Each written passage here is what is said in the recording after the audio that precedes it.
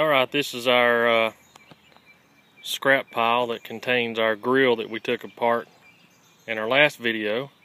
And I had mentioned that my wife had picked that up along with some real estate signs. And apparently the real estate signs were not scrap. So as I went up to pay my wife's bond, I came across this in the dumpster. I've been wanting to work on one of these for a while to scrap them out and to see what can be done with them. I see them a lot on auctions, and I'm kind of curious about the value of them. This one's busted up pretty good.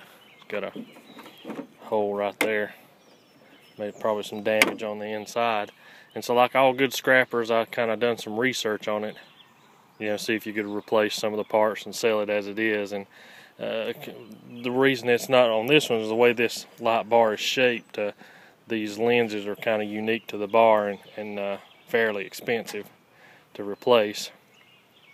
But it has a pretty nice aluminum frame on the bottom there and some stainless steel mounts.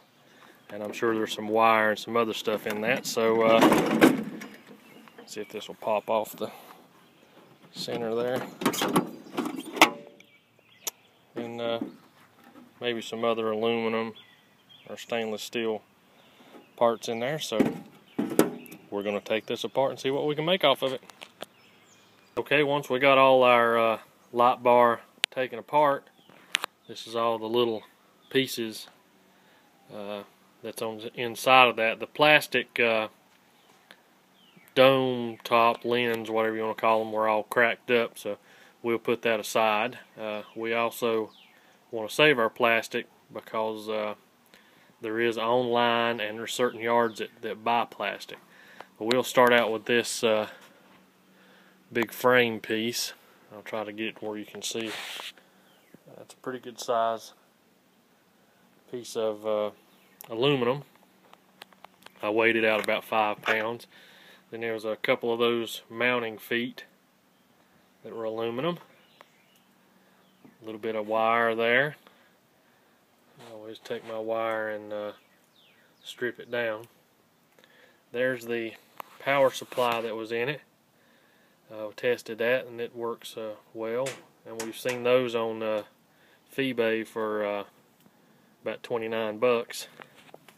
There's some stainless steel bolts and mounts that was in it. And here's the flash heads or strobe heads that was in it. They're not the best. They did work. Not real sure. Wasn't able to find any of those loose. Well, the power supply that was $29 with the strobe heads, of course. And here's the lights that spin back and not spin, but they wish back and forth in the corners. There's some flasher heads, and there's the spin lights or rotators. There's some more aluminum, and there's some spotlights. So all in all, you know, looking on eBay, Fleabay, whatever you want to call it, the prices and stuff, there's probably about, you know, if you got top dollar for what stuff paid, maybe about between $35 and $50 worth of spare parts out of there.